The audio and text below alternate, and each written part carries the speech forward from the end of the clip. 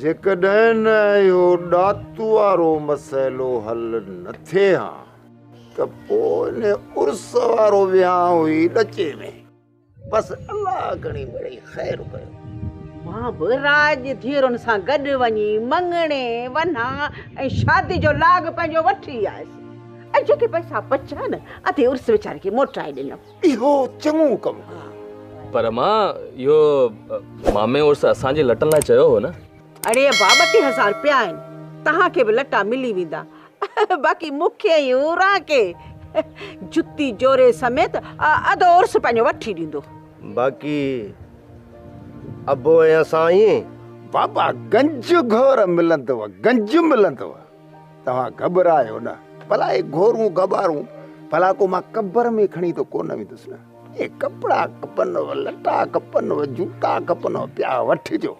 फकीरियाणी पुट खे सम्झाए ये न जो सुबुह मर्दान सां भंग जो कूंटो चाढ़े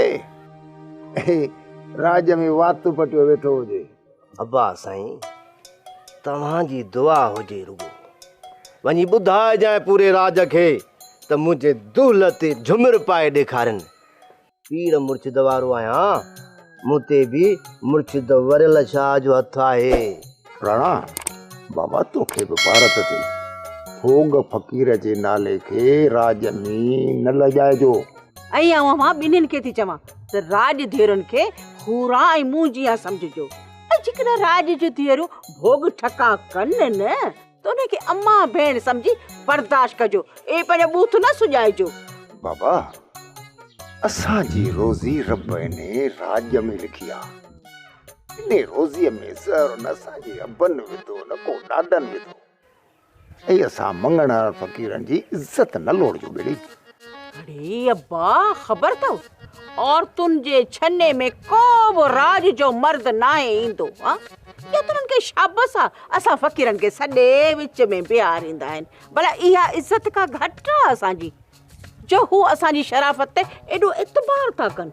हा मां मुंहिंजो बि तोसां वाइदो आहे मरण घड़ीअ ताईं हिन राज जी भेनरुनि माउरुनि खे पंहिंजी भेणुनि ऐं माउरुनि जीअं सम्झंदुसि।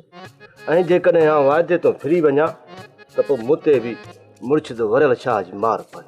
बाबा मुंहिंजी बि हिकु ॻाल्हि ॿुधी छॾियो।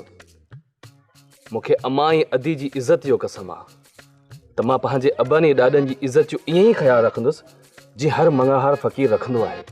पुट जेकॾहिं मां मरी वञा न त इहा साॻी नसीहत मुंहिंजे पोटनि खे बि ॿुधाइजो जेका मां तव्हांखे कई आहे। अब्बा साईं असांखे त पंहिंजी इज़त जी ख़बर ई अॼु पई आहे। असुलु घणो कुझु सम्झी वियुसि। हा न बाब, जिथे राज जो को मर्द न वञे उते काज धणी असांखे विच में बिहारे वाॼियूं कराइनि त पोइ बसि न। छा इहा असांजी इज़त घटि आहे? भा अलाह साईं शिल सदाई राज में असांजी ईअं ई इज़त क़ाइमु रखंदो। सुभाणे वनवाह बि आहे त मङणो बि आहे। कुंवारे तन सां गॾु घोटे तन जे घर में बि वाॼियो थींदो सुभाणे। अम्मा अलाह कयो त मुंहिंजे पुटनि खे मुंहिंजी ॻाल्हि सम्झ में अची वई। बसि तूं ऐं तुंहिंजी माउ इन लाॾे सेरे नचण कुॾण में मिड़ई घटि ताईं न कजो।